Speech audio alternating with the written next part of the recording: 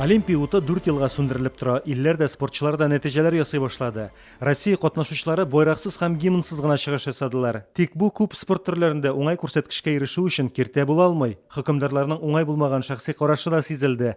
Нәфис гимнастикада алтынны чиста булмаган программа өчен тапшырдылар. Девочка, которая заняла первое место. Тасмасын югалткан кызга алтын медаль бирелүгә аңлатманы ничек итеп дөрес бирергә дә белмим. Гадел түгел бу, шунысы авыр. Хата җибәреп тә җиңүгә карата сүзем юк.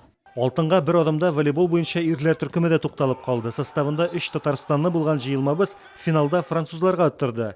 Хәер, Максим Михайлов хәзер бар дәрәҗә медалем бар дип горурлана. Старались максимально хорошо с холодной головой действовать. Салкын канлылыкны саклап, яхшы нәтиҗә күрсәтергә тырыштык. Һәр уенда әйдә баручы спортчы алышын ала.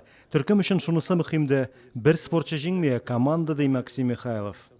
Такой спорт, что один человек не выигрывает игры. Россиялеләр 71 медаль яулады, шуның 20-се алтын. Республика спортчыларының да өлеше бар.